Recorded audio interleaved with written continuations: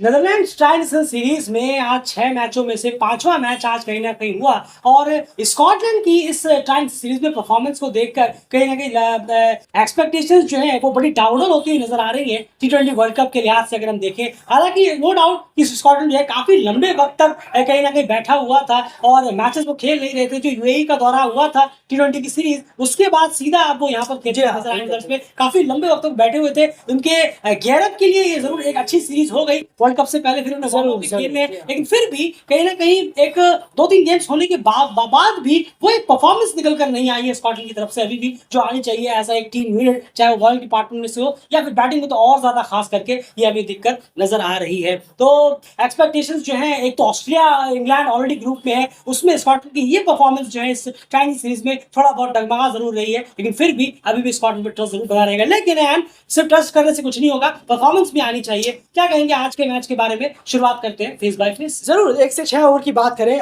तो स्कॉटलैंड ने 57 रन बनाए 2 विकेट के नुकसान पर। वहीं आयरलैंड ने 51 रन बनाए पहले फेज में 1 से 6 ओवर में बिना कोई विकेट गंवाए। आयरलैंड ने डोमिनेट किया, बिल्कुल पहला फेज डोमिनेट किया है। अब और सेकंड फेज की बात करें 7 से 15 की, तो 63 रन 3 विकेट के नुकसान पर स्कॉटलैंड ने बनाया। वहीं पर आयरलैंड ने 80 रन बनाए 1 विकेट के नुकसान पर। यह फेज भी आयरलैंड ब्रूटली डोमिनेट किया। डेथ फेज की बात करें 16 से 20 की, तो यहाँ पर 37 रन बनाए 3 विकेट के नुकसान पर स्कॉटलैंड ने और 27 रन बनाए आयरलैंड ने 4 विकेट के नुकसान पर। तो डेथ फेज जो रहा वो स्कॉटलैंड के नाम रहा। आयरलैंड ने काफी पुअर अपना जो गेम है वो लास्ट में आकर दिखाया, लेकिन तब तक गेम हो चुका था। स्कॉटलैंड ने पहले बल्लेबाजी की, 157 रन 8 विकेट के नुकसान पर बनाए 20 ओवर के बाद। 36 डॉट बॉल स्कॉटलैंड ने पहले बल्लेबाजी करते हुए खेल डाला। बिल्कुल, देखिए यह सिंपल सी बात है कि यहाँ पर तीसरे फेज में आयरलैंड मैच जरूर जीत गया, लेकिन फिर भी एक गेम अवेयरनेस की बात होती है। कुछ 4 रन 5 रन 6 रन पर के लिए आकर 2-2 3-3 विकेट्स गवा देना और एक अननेसेसरी बहुत ज्यादा कह सकते हैं कि मतलब हड़बड़ी कर दी उन्होंने इस 4 5 8 रनों के लिए, जिसकी वजह से जो है 4 विकेट उनके उस फेज में गिर गए और वो फेज कहीं ना कहीं स्कॉटलैंड देंगे कुछ ही सही, लेकिन मैच में थोड़ा बहुत स्कॉटलैंड ने अपनी तरफ से कुछ करने की कोशिश की, तो वही रहा। और क्रिस सोल ने बैक टू बैक 2 विकेट लिए थे, वो भी रहा है। खैर 36 डॉट बॉल स्कॉटलैंड ने लगभग 6 ओवर 20 ओवर में से डॉट बॉल्स में निकाल दी, ये भी बहुत ज्यादा हो गया। स्कॉटलैंड डॉट बॉल से टैकल अभी भी नहीं कर पा रहा, मैच 1 से लेकर मैच 3 तक आ गए हैं उनके, अगर इस ट्रांजिशन सीरीज में देखें। खैर उसके बाद यार बात करते हैं यहाँ पर बैटिंग कार्ड की। स्कॉटलैंड के जो बैटिंग कार्ड आज रहा, जो उनके कॉन्ट्रीब्यूटर स्टॉप रहे यहाँ पर, आज जॉर्ज मन से नहीं चले। कल एक जबरदस्त इनिंग की वजह से निकली थी, लेकिन आज वो नहीं चले, सिर्फ 12 रन बनाकर आउट हो गए। ओली हैज, जिसने कल भी कहा था, ओली हैज बिल्कुल भी अपना प्लेस जस्टिफाइड कर ही नहीं पा रहे। रीजनल फाइनल्स में कुछ आप कह सकते हैं कुछ अपने वीकर ओपोनेंट के खिलाफ कुछ अच्छे खासे रन जोड़ने के बाद उन्हें टीम में लगातार जोड़ा जरूर गया, लेकिन वो परफॉर्मेंस उनकी बड़ी टीम के खिलाफ तो बिल्कुल नहीं निकल कर आ रही। यूएई ने तो उन्हें कंप्लीटली एक्सपोज कर दिया था, जुनैद सिद्दीकी उनके पीछे पड़े हुए थे, और यहाँ पर भी अभी भी वही है, कोई अच्छी इनिंग उनकी तरफ से निकल कर अभी भी नहीं आई है। रिची बैरिंगटन सिर्फ 13 रन वो कंट्रीब्यूट कर पाए, उनके बल्ले से भी वो रन निकल कर नहीं आ रहे। माइकल जॉन्स को की आपसे जरूर हुई, अच्छी शुरुआत जरूर मिल गई उनको, लेकिन इसे बड़ा करते नहीं कर मजा आता। 50 60 70 करीब लेकर जाते तो कुछ बात बनती, लेकिन 23 से सिर्फ काम नहीं आएगा। देखिए टीम पे क्या काम आया, किसी भी काम नहीं आया। उसके बाद जो भी स्कोर आप देख रहे हैं स्कॉटलैंड का, उसमें बहुत बड़ा कंट्रीब्यूशन रहा मैथ्यू क्रॉस और माइकल लीस के बीच की जो पार्टनरशिप हुई थी उसी की बात हम कर रहे हैं। 35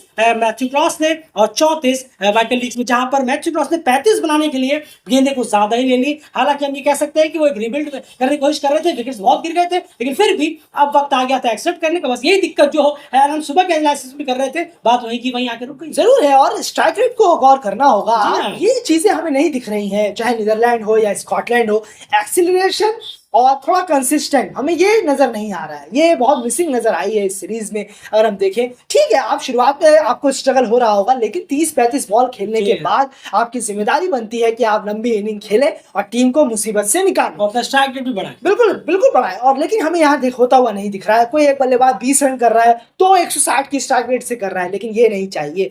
60-70 रन की इनिंग 140-145 की स्ट्राइक रेट से हो आपकी, बहुत काम आएगी टीम को। लेकिन इस तरीके की इनिंग जहां पर पार्टनरशिप करते करते ही सारा टाइम बीत जाएगा और कुछ होगा ही नहीं, ये 155 की पिच नहीं है। ये पिच बहुत अच्छी नजर आ रही है, बॉलिंग के लिहाज से भी बैटिंग के लिहाज से भी अच्छी पिच है। ग्रास भी है ताकि थोड़ा देर में जाकर बैट्समैनों को भी सपोर्ट कर रही है पिच, हर कुछ है यहाँ पर, लेकिन बल्लेबाज उसका फायदा नहीं उठा पा रहे हैं। खासकर हम बात करें नीदरलैंड ने भी वही किया, उसी स्कोर में अपने आप को बांध दे रहे हैं। वो कोई बल्लेबाज उस तरीके से नहीं खेल रहा सेट इन होने के बाद, और वही हाल हमें स्कॉटलैंड का भी देखने को मिल रहा है। बिल्कुल, कहीं न कहीं यही हाल रहा है कि जैसा मैंने कहा कि पार्टनरशिप में इतना वक़्त ले चला जा रहा है, जी या हाँ। फिर बाद में अपने साइड उठाएँगे कब, जब उठाने की बारी आती है चले तो जाते अपना विकेट थ्रो कर चले जा रहे हैं। ये दिक्कत नीदरलैंड और स्कॉटलैंड दोनों के साथ रही है इस ट्रांजिशन सीरीज़ में, और देखना पड़ेगा यही पैटर्न अगर रहा टी20 वर्ल्ड कप में दिक्कतें होंगी, क्योंकि नीदरलैंड के लिए तगड़ी टीमें और हैं उस जी ग्रुप हाँ, में, वर्ल्ड 4 कप की टीमें बात और तो हैं। बहुत है। एक ऑस्ट्रेलिया नेपाल भी है और 3 और फुल मेंबर हैं, और यहाँ पर तो ऑस्ट्रेलिया और इंग्लैंड है, साथ में नाइम और ओमान जी हो हाँ। जाती है। एंड बात करते हैं अब आयरलैंड के हाईएस्ट विकेट टेकर्स की, जो इनके टॉप विकेट टेकर्स रहे। मार्क एडन ने 3 विकेट निकाले, क्रेग यंग ने 3 विकेट निकाले, बेन व्हाइट ने 1 विकेट निकाला, गैरेट ग्राइम ने 1 विकेट निकाला, गैरेट ग्राइम ने बहुत जी हाँ, बहुत अच्छी बॉलिंग यहाँ पर कराई है। बैरी मैककार्थी के अलावा वो बहुत एक्सपेंसिव गए, उनके अलावा लगभग सभी ने यहाँ पर आज अच्छा कंट्रीब्यूशन दिया विद द बॉल। उसके बाद अब बात करते हैं चेस की। जी हाँ, आयरलैंड के चेस की बात करें तो यहाँ पर भी सिर्फ कंट्रीब्यूटर्स के बारे में ही जानेंगे, जी हाँ। चलेंगे सीधा स्कॉटलैंड की बॉलिंग एनालिसिस पे, इन कंट्रीब्यूटर्स जरूर जान लेते हैं आयरलैंड। बिल्कुल टॉप 3 जो आयरलैंड के लिए रहे, एंड्रू बेलबर्नी, पॉल स्टर्लिंग और लॉर्कन टकर, जिसमें कि एंड्रू बेलबर्नी और लॉर्कन टकर ने, जैसा आप देख पा रहे हैं, हाफ सेंचुरी शानदार लगाई है, और पॉल स्टर्लिंग ने बहुत तेजी के साथ रन किए, 32 रन 21 बॉलों में। उनका ये तेज रहना काम आया, वरना शायद टीम हमें थोड़ा और स्ट्रगल करती हुई नजर आती है अर्ली फेज में, लेकिन उन्होंने जो तेज सलाह एक शुरुआत दिलाई वो बहुत काम आ गई टीम के। उसके बाद टीम थोड़ा लड़खड़ाई, हैरी टैक्टर, कैम्फर के रूप में विकेट गिरे लगातार।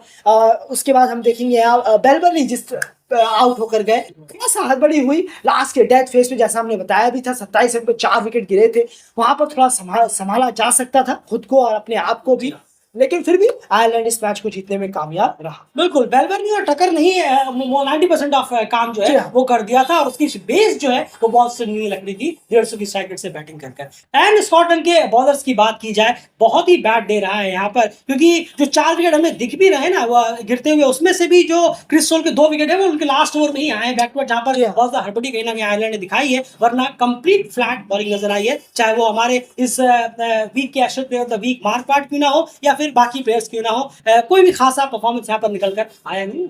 जरूर देखिए, इकोनॉमिकल तो थोड़े गए हैं, ऐसा आप कहें, पर विकेट्स की तलाश है, जैसा हम कहते हैं T20 में हमने कई बार कहा है, जो आपने सुना हो। आज सुबह के एनालिसिस भी कहा है, बिल्कुल, पहले भी कहा है, आज भी कहा, सुबह भी कहा, और अब भी कह रहे हो, कहते रहेंगे। T20 में आप नहीं कर सकते ये कि इकोनॉमिकल जा रहे हैं, नहीं चलेगा, 3 साढ़े 3 की इकोनॉमी जा रहे हैं, नहीं, 2 पे 2 छक्के मार के भी मैच को जिताया हुआ हमने कई बार देखा है। एक बॉल पे बॉलर भी छक्का लगा के यहाँ मैच जिता देता है। अब आप ये सोच कर चलिए, एक सोच कर चलिए, एक बॉलर का इकोनॉमी है 3 ओवर में 10 रन, क्या कमाल की लग रही है। उन्होंने कराया बहुत अच्छी इकोनॉमी, लेकिन विकेट नहीं लिया उन्होंने, वो अपना चौथा ओवर बाद में डालने के लिए आए, उसमें 25 रन पड़ गए। अब जरा इकोनॉमी की नहीं, 4 ओवर 35 रन, कहाँ आप 3 के इकोनॉमी में थे, कहाँ 9 की, तो विकेट है। इकोनॉमी का ज्यादा जाकर फायदा नहीं होगा। T20 क्रिकेट ऐसा है, लास्ट के 5 ओवर में गेम पलट जाए। बिल्कुल, ब्रैड क्यूरी हो या मार्क वाट हो, उन्होंने बॉलिंग तो बहुत अच्छी कराई, परेशान भी किया, लेकिन विकेट्स आज नहीं मिले। जैसे मार्क वाट ने अच्छी लाइन लेंथ पर रखी भी, ट्राई भी किया, पर उन्हें विकेट बिल्कुल खाली हाथ रहे वो विकेट। उसका पूरा क्रेडिट जाएगा बेलबर्नी और टकर ने जो अच्छी बैटिंग यहाँ पर की है। फिलहाल इस एनालिसिस में थे, इसमें शुरू में ही कहा कि T20 वर्ल्ड कप के जो गेयर अप हो रहा है, प्रैक्टिस हो रही है, उसके लिहाज से बहुत बेहतर है। स्कॉटलैंड को इससे पहले सीरीज मिल गई, लेकिन सीरीज की अगर आप बात करेंगे तो डेफिनेटली स्कॉटलैंड की परफॉर्मेंस रही है, जिससे एक्सपेक्टेशन में थोड़ा झटका जरूर लग रहा है। T20 वर्ल्ड कप से रिलेटेड जो भी परफॉर्मेंस की उम्मीद थी, लेकिन फिर भी ट्रस्ट अभी भी कायम रहेगा कि लड़के इस यहाँ से सीख कर वार्म अप पे कुछ दिखाएं, और फिर वार्म अप से सीख कर हमें वर्ल्ड कप में कुछ अच्छी परफॉर्मेंस देखने को मिले। फिलहाल इस एनालिसिस में